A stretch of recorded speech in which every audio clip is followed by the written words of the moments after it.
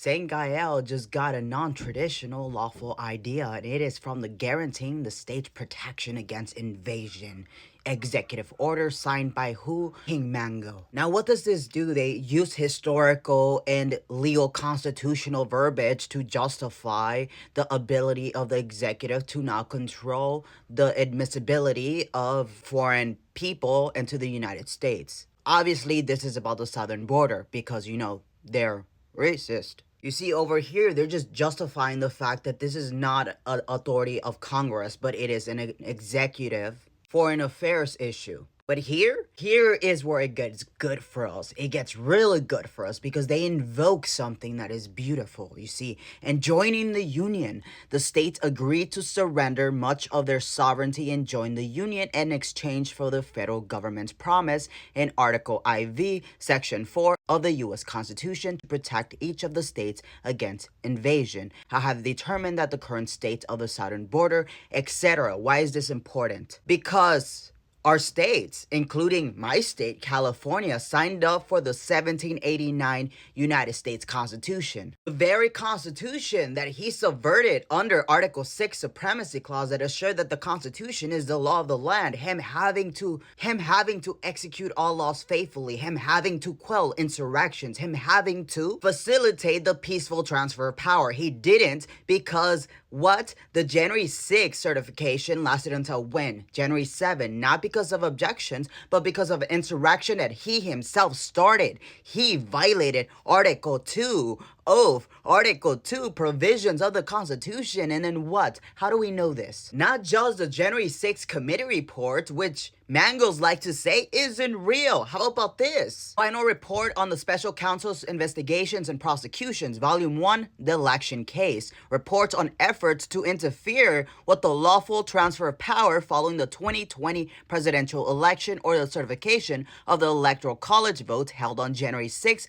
2021 by Special Counsel Jack Smith. And what's important is here, the department's view that the Constitution prohibits the continued indictment and prosecution of a president is categorical and does not turn on the gravity of the crimes charged, the strength of the government's proof, or the merits of the prosecution, which the office stands fully behind. And now note, what allowed for them to drop this case was because of a DOJ tradition of not prosecuting sitting presidents. This is not part of the Constitution, which means that they themselves upheld tradition over the Constitution, all right? Indeed, but for King Mango's election an imminent return to the presidency, the office assessed that the admissible evidence was sufficient to obtain and sustain a conviction at trial. For what? Interfering in the popularity test. Now, if the Constitution actually mattered, if it was actually active, then he would be disqualified under Amendment 14, Section 3. Why? Congress has not actually positioned a removal of this clause. Provision, which means that he counts. The question is who gets that authority, right?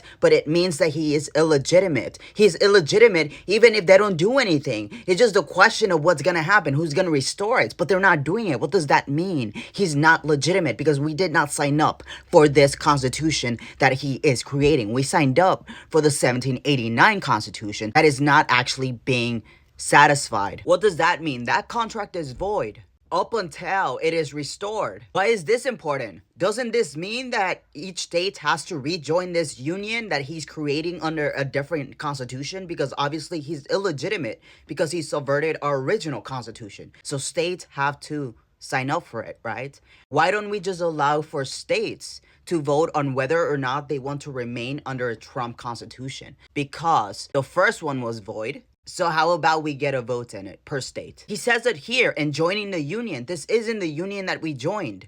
California joined in 1850. That was under the 1789 United States Constitution. You cannot just remove it and force authority on a constitution that you yourself violated per a Department of Justice little report. Why? Because under Article 6, Section 3, the senators and representatives before mentioned, so Congress and the members of the several state legislatures, so the state Congress, and all executive, which is your governor, like the Attorney General, and judicial officers, so courts, shall be bound by oath or affirmation to support this Constitution. So we are bound by the 1789 Constitution, not a revoked Constitution that he's creating, which means that he requires our consent.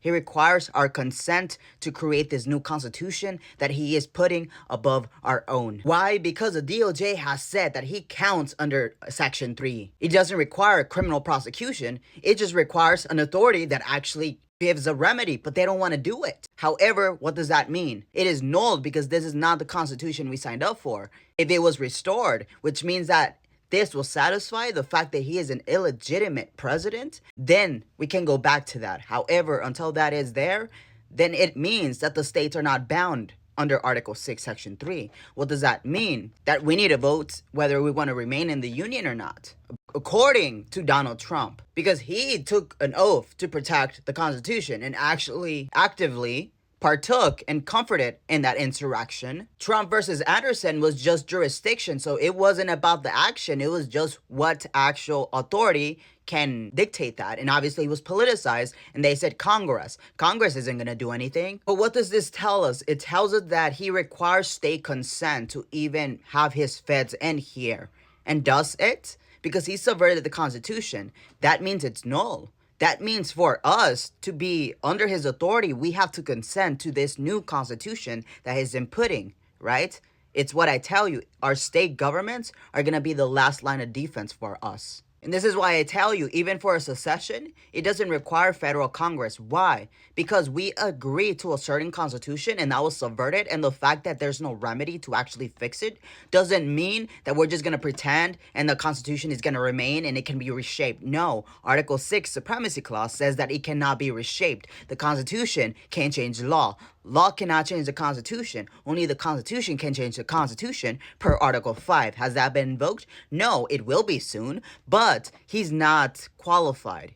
And the fact that Congress has done nothing about it doesn't justify the fact that he isn't legitimate. And that's the thing. We have to start to leverage these loopholes, these exposures of their logic in order to produce non-traditional lawful methods of resistance, because they're positioning in joining the union, we gave up our sovereignty, but we gave up our sovereignty under the Constitution, the 1789 one. And by Amendment 14, the literal Constitution not being satisfied by anybody, it means that it is null until that is restored, until that is satisfied.